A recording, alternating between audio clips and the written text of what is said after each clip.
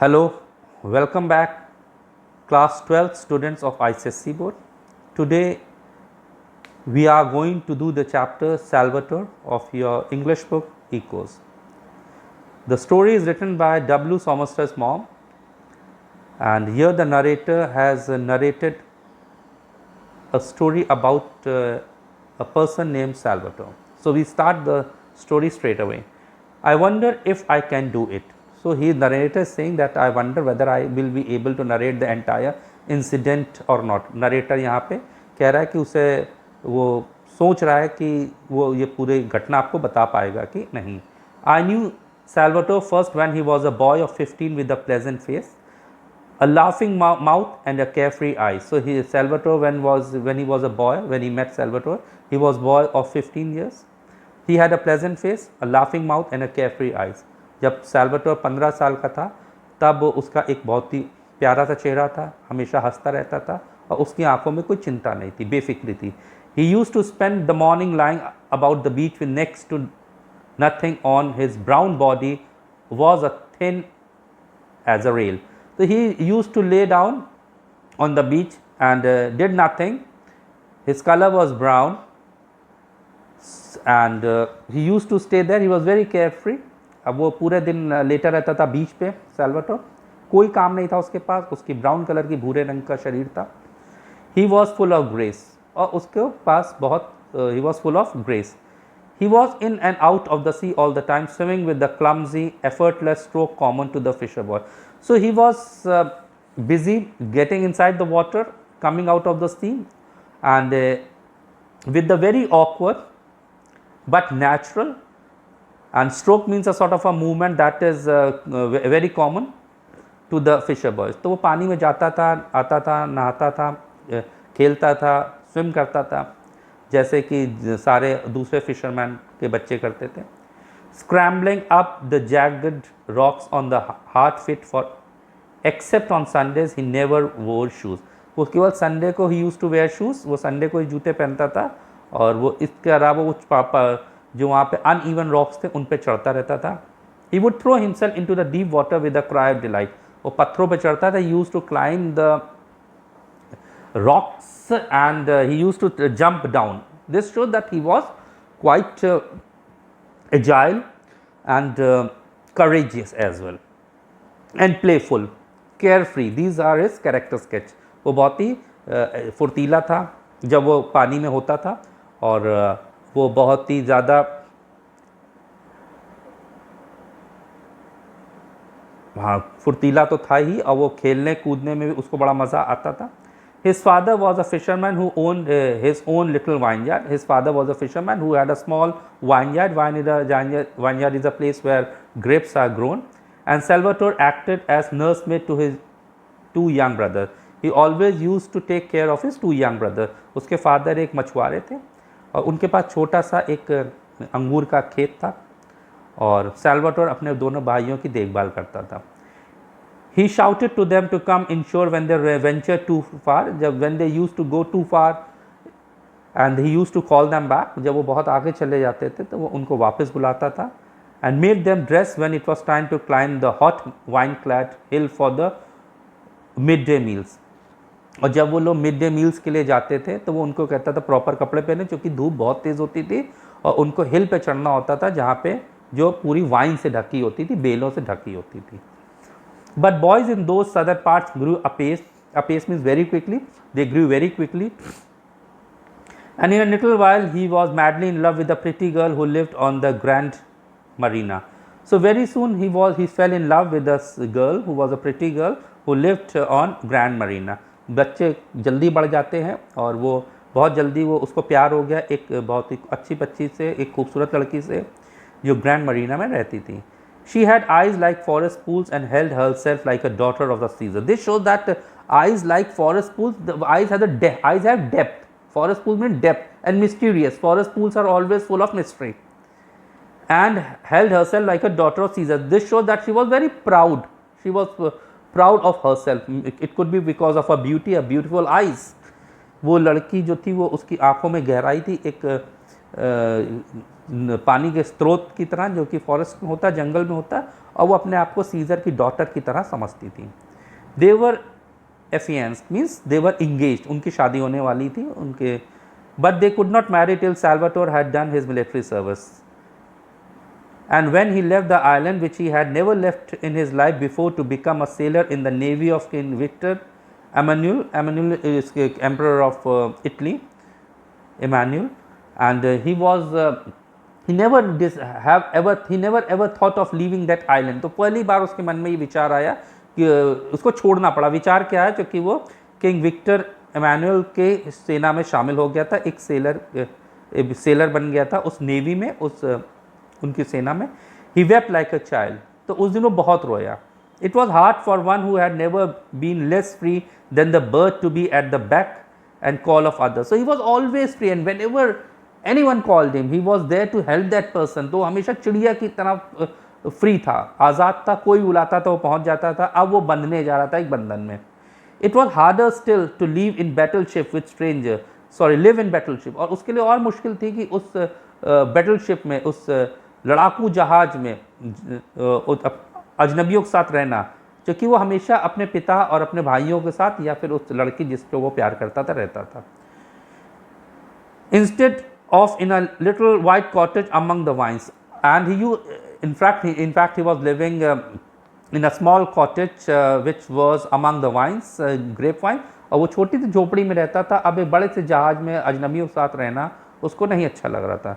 And when he was assured to walk in noisy, friendless cities with streets so crowded that he was frightened to cross them, and now he would be going to the cities, city is full of noise and friendless, he won't be having any friends there, and the cities which were so crowded and he was frightened to cross them। अब उसे डर लग रहा था उन शहरों में जाने का जहाँ पे कोई दोस्त नहीं होगा, शहरों में खूब आवाज़ें होंगी, शोर होगा, और वो उन शहरों में कैसे जा सकता है। When he had been used to silent path and the mountains and the sea, when he was in a habit of living all alone in the silent paths and in the mountains and the sea, और जबकि उसकी आदत थी उन समुद्र में रहने की, समुद्र के पास रहने की, पहाड़ियों पे रहने की, तो वो कैसे उन जगह जा सकता है जहाँ पे बहुत आवाज़ें हो रही हैं, शोर हो रहा हो। I suppose it had never struck him that Ischia is an island in the Bay of Naples, which he looked at every evening to see that the weather would be like next day, or Vesuvius. Vesuvius is a mountain in Italy with having a volcano. Barely in the dawn had anything to do with him at all. So he never thought that he'll go to those places. At Ischia, it's as an island in Naples, and places like Vesuvius. Vesuvius, a mountain with a volcanic mountain, in fact, in Italy. He used to see those places and to find out the weather, what weather would be there, and he never thought that he would be going to those places. उसने कभी सोचा भी नहीं था वो उन जगहों पे जाएगा जिनको वो देखता था केवल ये जानने के लिए कि वहाँ पे मौसम कैसा होगा। आज उसको उन्हीं प्लेसेस पे जाना पड़ रहा। But when he ceased to have them before his eyes, he realized in some dim fashion that they were as much part of him as his hands and his feet. Now he was stopped to looking at those places. He stopped at looking at those places. Now he'll be stopped because he'll moving ahead. He won't be living there. And now he thought that these places were a part of his body only. They were so important for him.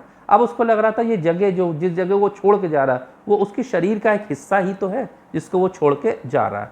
He was dreadfully homesick. अब उसे अपने घर की याद सता रही थी। अब वो अपने घर छोड़ना उसके लिए मुश्किल हो रहा था। But it was the hardest of all to be parted from the girl he loved with all his passion. But the most important thing for him was to part from the girl whom he loved so much. उसके सबसे बड़ी चीज़ थी उस लड़की से दूर होना जिसको वो इतना प्यार करता है। He wrote to her in his childlike handwriting. Childlike handwriting means his handwriting was not good at all. Ill spelled means he didn't had a better knowledge of writing. This he was not well educated. This shows. और उसने अपने बच्चों की तरह writing में और गलत भाषा में, गलत तरीके से लिखी हुई भाषा में एक उसको वो पत्र लिखता था। Used to write letters and told her how constantly he thought of her, and he used to tell in those letters that वो उसको कितना याद करता है and how much he longed to be back and how much he wished to come back, और वो कितना वापस आने की कोशिश कर रहा है. He was sent here and there, he was sent to different places, to Spezia. Spezia is a place in Italy. Spezia में उसको भेजा गया, and to Venice. Venice गया वो, to Bari. Bari is again in Italy, and finally to China. So these were the different places he went. Here he fell ill for some mysterious ailment, and that kept him in hospital for months. Here he fell ill for some mysterious means some strange illness, and he was kept in hospital for months. वो कई महीनों तक hospital में रहा, क्योंकि उसको एक अजीब सी बीमारी हो गई. He bore it with the mute and uncomprehending patience. Uncomprehending means lacking of understanding, patience of a dog. And so he stood there. वो किसी से बात नहीं करता था और ज़्यादा उसे समझ भी नहीं आ रहा था क्या हो गया, वो वहाँ पे चुपचाप रहता था. When he learned that it was a form of rheumatism, उसको पता चला ये बीमारी है जिसमें कि bones become stiff, that made him unfit for further service. His heart expiated. So when he heard that he was suffering from a disease and some illness, that he'll never be able to stand up strongly and do things in a proper way, he was, in fact, people feel sad to suffer from some illness, but he was very happy. The reason for his happiness was that he was going back to his native place, and where his father, two brothers, and most importantly that girl whom he loved dearly was there. अब उसको पता चला उसकी बीमारी का, जिसमें उसके पैर ठीक तरह से काम नहीं करेंगे, तो वो उदास होने बजाय बहुत खुश हो गया, क्योंकि वो उस जगह वापस जा रहा था जहाँ पे उसके पिता थे, दो भाई थे, और सबसे इम्पॉर्टेंट उस महत्वपूर्ण उसकी गर्लफ्रेंड थी, उसकी लड़की, वो लड़की थी जिसको वो प्यार करता था. For he could go home and he did not bother. In fact, he scarcely listened when the doctors told him that he would never again be quite well. So he didn't pay heed when doctors suggested that he'll never get well again, because he was thinking continuously about that he is going back to the place, to his native place. So वो बहुत खुश था, उसको इस बात से कोई चिंता नहीं थी कि उसके डॉक्टर ने कहा कि तुम ठीक नहीं हो पाओगे, क्योंकि उसको वापस जाना था. What did he care when he was going back to the little island he loved so well and the girl who was waiting for him? तो जब वो वापस जा रहा था, उसको सबसे ज़्यादा चिंता थी कि वो उस जगह जा रहा था जिस लड़की को बहुत प्यार करता था और जहाँ पे वो उसका इंतज़ार कर रही होगी. When he got into the rowing boat that met the steamer from Naples and was rowed ashore, he saw his father and mother standing on the jetty and his two brothers, big boys now, and he waved to them. So when he was coming back, and he got into the rowing boat and then into the steamer, which started from Naples, and when he was ashore, he saw his father standing there waiting for him. Mother was standing on the jetty. Jetty is a platform built into the sea. His two brothers, they were grown big boys now, and he waved to them. So when he got, जब वो rowing boat में बैठा और फिर steamer में बैठा, और जब वो तट पे आया, किनारे पे आया, तो उसने देखा उसके फादर वेट कर रहे हैं, उसकी मदर वेट कर रही हैं, और दो भाई जो काफ़ी बड़े हो चुके हैं, और उसने उनको वेव किया, इशारा किया. His eyes searched among the crowd that waited there for the girl, but his eyes was searching for that girl whom he loved so dearly. लेकिन उसकी आंखें इंतज़ार कर रही थी, उस लड़की को खोज रही थी जिसको वो प्यार करता था. He would not see her. There was a great deal of kissing when he jumped up the steps, and they all, emotional creatures, cried a little when they exchanged their greeting. So when he jumped up, he came out of the steamer. There was a lot of kissing. Means the mother kissed him, father kissed him, and the brothers as well. And these were all emotions. We human beings are full of emotion, and greetings were exchanged. जब वो आया किनारे पे, तो उसको बहुत प्यार किया उसके माता पिता ने, उसके भाइयों ने, और चूँकि हम लोग सब लोग इमोशन से, भावनाओं से जुड़े हुए हैं एक दूसरे से. और he asked where the girl was. His mother told him that she did not know. And when he asked about that girl, his mother told she did not know where the girl was. जब उसने अपनी माँ से पूछा, तो माँ ने कहा उसको गर्ल के विषय में कुछ नहीं पता है. They had not seen her for 2 or 3 weeks. So in the evening, when the moon was shining over the placid sea, placid means calm sea, and the lights of Naples twinkled in the distance, and he could see the light of Naples twinkling at the distance, he walked down to the Grande Marina to her house. तो जिस समय शाम का समय हो रहा था और इवनिंग्स की उसे दूर से नेपल्स की लाइट दिख रही थी और जो सूरज चंद्रमा निकल आया था, बिल्कुल समुद्र समय शांत था उसके ऊपर, तो वो उस लड़की के घर की तरफ चला जो ग्रैंड मरीना पे रहती थी। She was sitting on a doorstep with her mother, the girl was sitting at the entrance of her house with her mother. She was a little shy. He was little shy because he had not seen her for so long. Because he didn't see her for so long, so he was feeling shy. उसने बहुत दिनों से उसको देखा नहीं था, तो उसके मन में उसके कुछ शर्म आ रही थी। और उसके घर पे पहुंचा जब वो लड़की अपने घर के दरवाजे पे अपनी माँ के साथ बैठी थी। He asked her if she had not received the letter that he had written to her to say that he was coming home. So he asked her, he inquired whether she had got the letter which he had written to her. Yes, they had received the letter, and they said that they have received the letter, and they had been told by another of the island boy that he was in, and they all were also informed by the other boys of the beach that he was not feeling better, well, he was not well.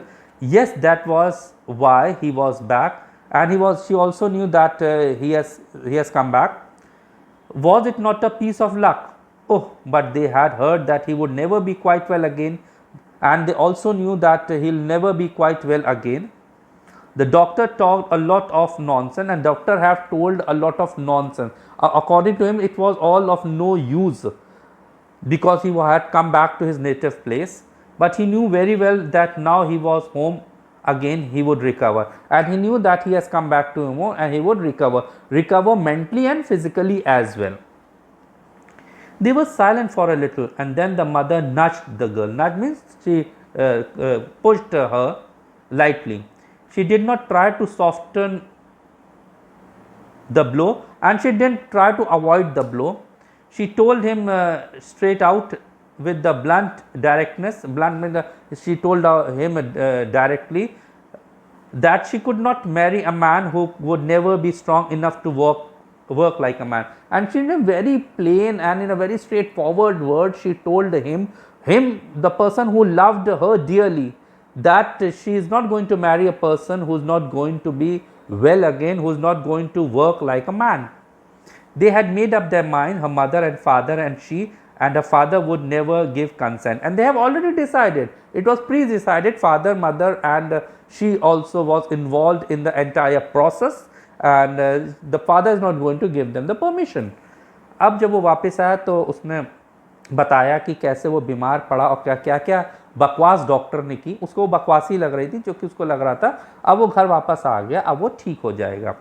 और तभी माँ ने अपनी बेटी को हल्का सा धक्का दिया और मीन्स उसे कुछ बोलने को कहा, और बेटी ने बिना कुछ संकोच के स्ट्रेट फॉरवर्ड बिल्कुल साफ तरीके से कह दिया कि जैसे कि हम लोग ने डिस्कस किया, हम लोग ने आपस में बातचीत करके ये निष्कर्ष निकाला कि मैं तुमसे शादी नहीं करूँगी, क्योंकि मेरे पिता मुझे इस बात के लिए परमिशन नहीं देंगे कि ऐसे आदमी से शादी कर लो जो कि आगे ना मजबूत रह पाएगा और ना ही कोई काम कर सकेगा।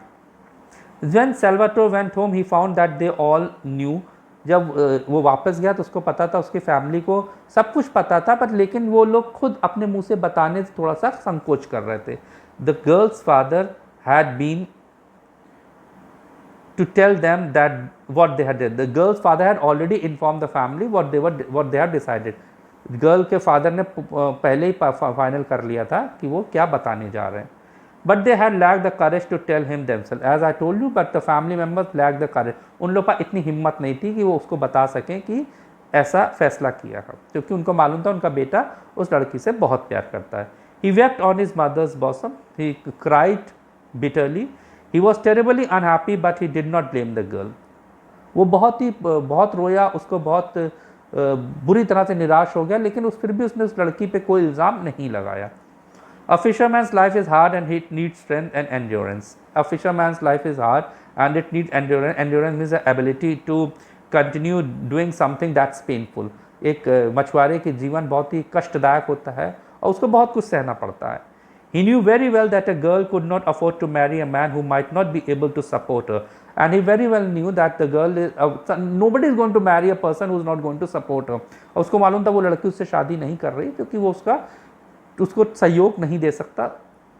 His smile was very sad. His eyes had the look of a dog that has been bitten. उसकी आंखों में बहुत उदासी थी और वो एक ऐसे डॉग की तरीके था जिसको किसी ने काट लिया हो।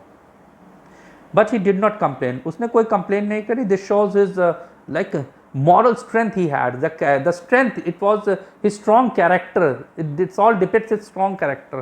ये सब दिखाता है कि वो बहुत ही मजबूत था अंदर से। and he never said a hard word of the girl he had loved so well, उसने उस लड़की के लिए कभी भी कोई अपशब्द नहीं कहा।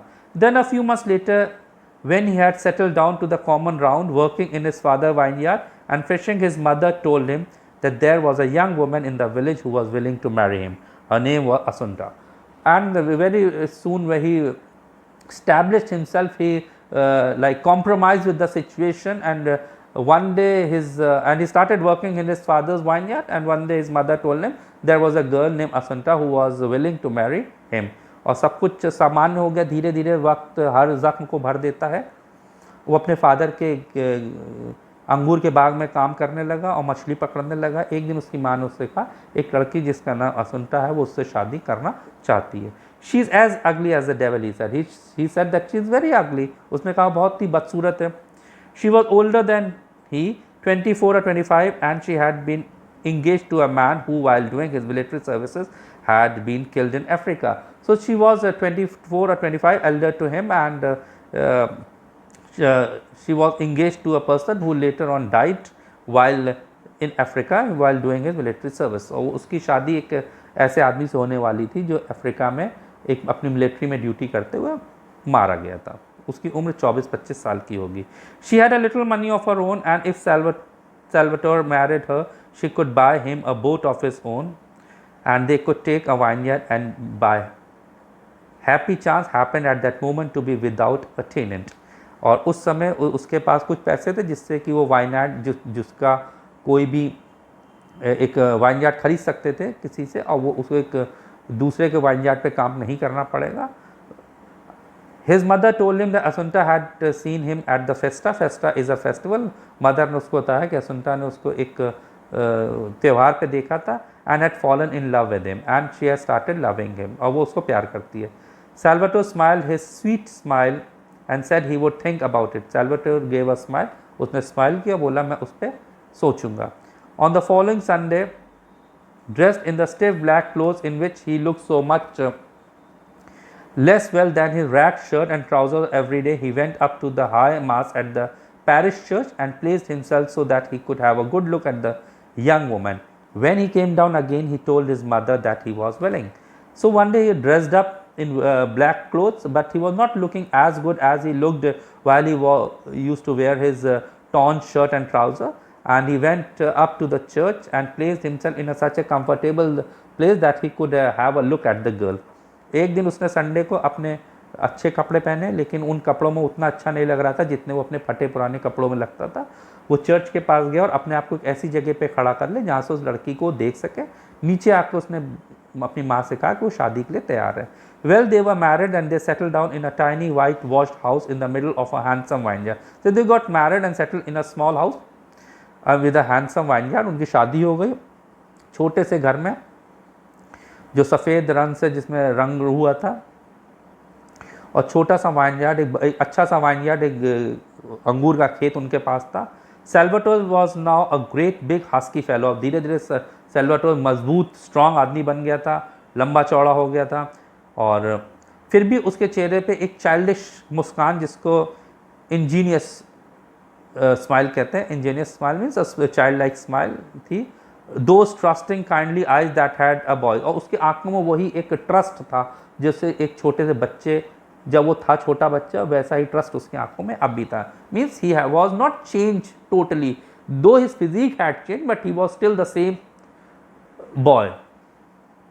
He had the most beautiful manners I have ever seen। I here is a narrator। उसने कहा मैंने कि उसके जो व्यवहार था, उसके मैनर्स थे, बहुत अच्छे थे जो उसने अपनी लाइफ में कभी नहीं देखे थे।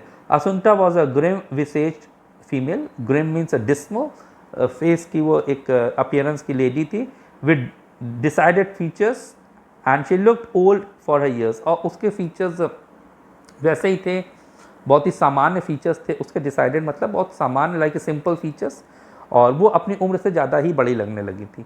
But she had a good heart and she was no fool, वो बेवकूफ़ नहीं थी और उसका दिल बहुत अच्छा था. I used to be amused by the little time of devotion that she gave her husband when he was being very masculine and masterful.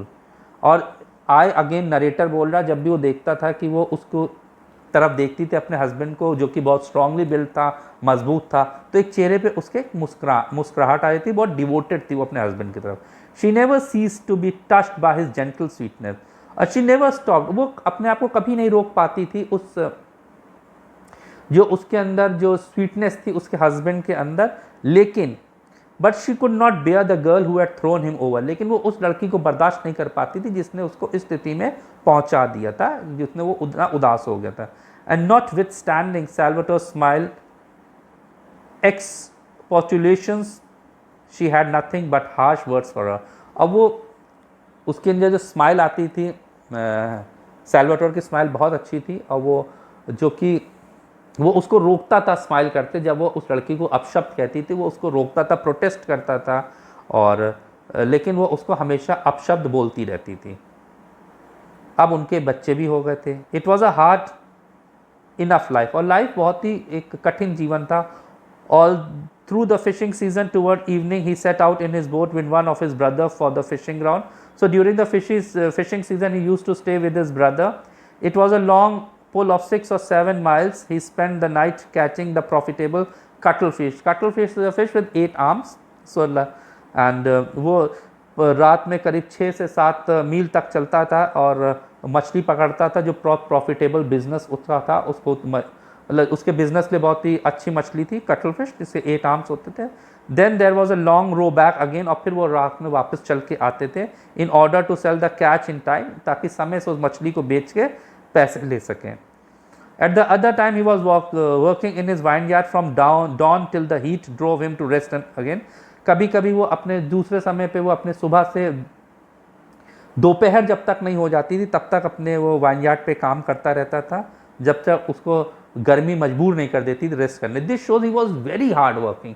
अब आप इसको कंपेयर करें कि डॉक्टर्स ने कहा था कि वो चल काम नहीं कर पाएगा, उसको विश्वास था वो अपने घर आएगा तो वो ठीक हो जाएगा, और यही उसके साथ हुआ कि आज वो बहुत ही हार्ड वर्क कर रहा था. शायद इसी कारण उसने उस लड़की को खो दिया था, उस लड़की ने उससे शादी नहीं करी थी कि ये हार्ड वर्क नहीं कर पाएगा, लेकिन आज वो अच्छा हार्ड वर्क कर रहा था और अपना परिवार अच्छे से चला रहा था, बहुत ही अच्छा जीवन जी रहा था.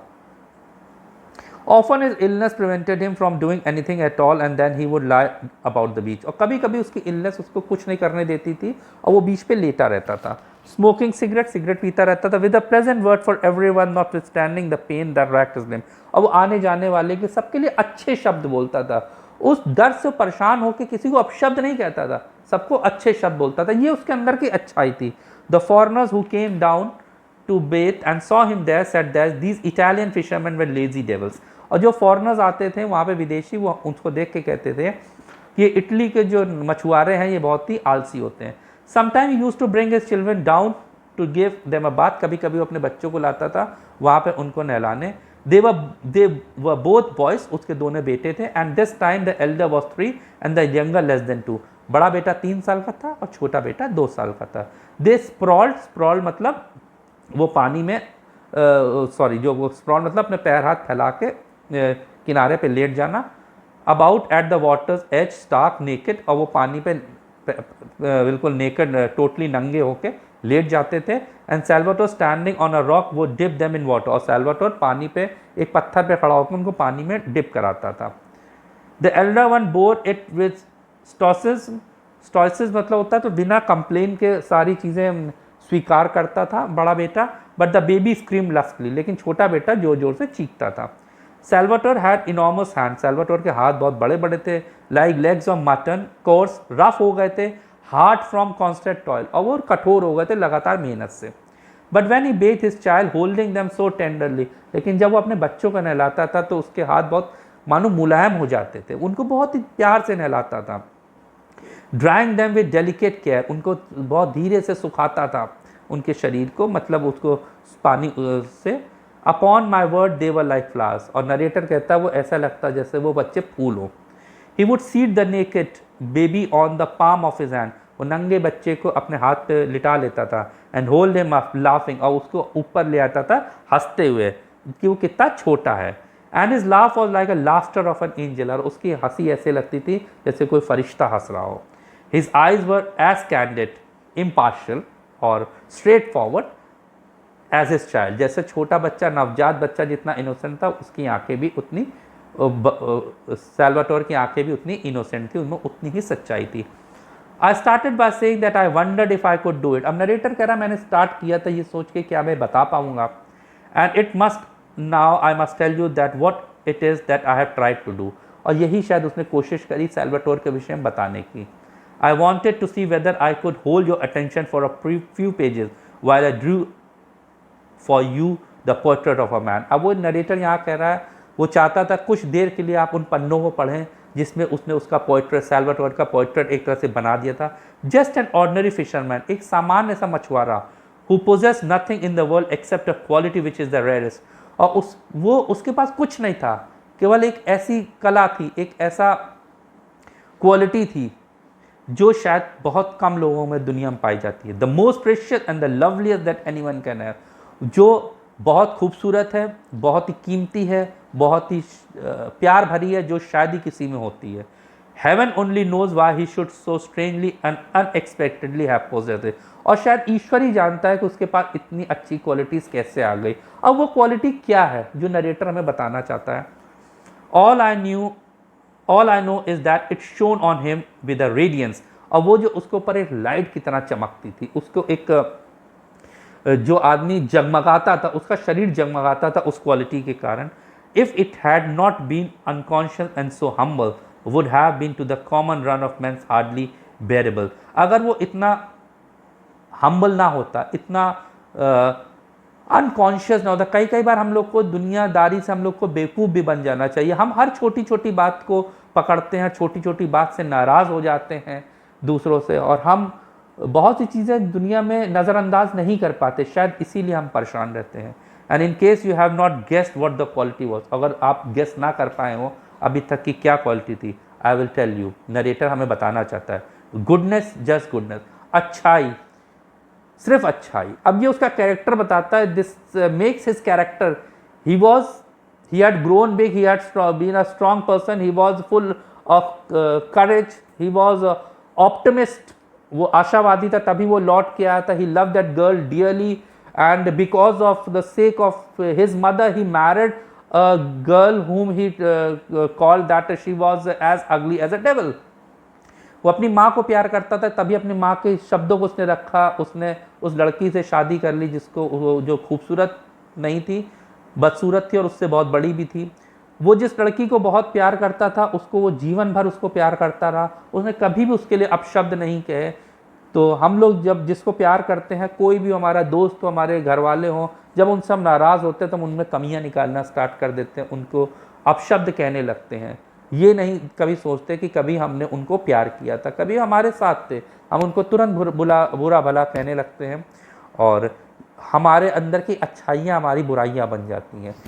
और लेकिन वो अच्छाइयों से भरा था, उसकी अच्छाइयाँ जो थी उसको दुनिया का सबसे रेयर क्वालिटी वाला आदमी बनाती थी। ऐसी बात अच्छाइयाँ, ऐसी गुण बहुत ही कम लोगों में पाए जाते हैं। तो that was the explanation of the first chapter of your English book Echoes, and in English and Hindi both, and please do share it with your friends and subscribe the channel to get and press the bell icon to get the latest video. All the best. Thank you.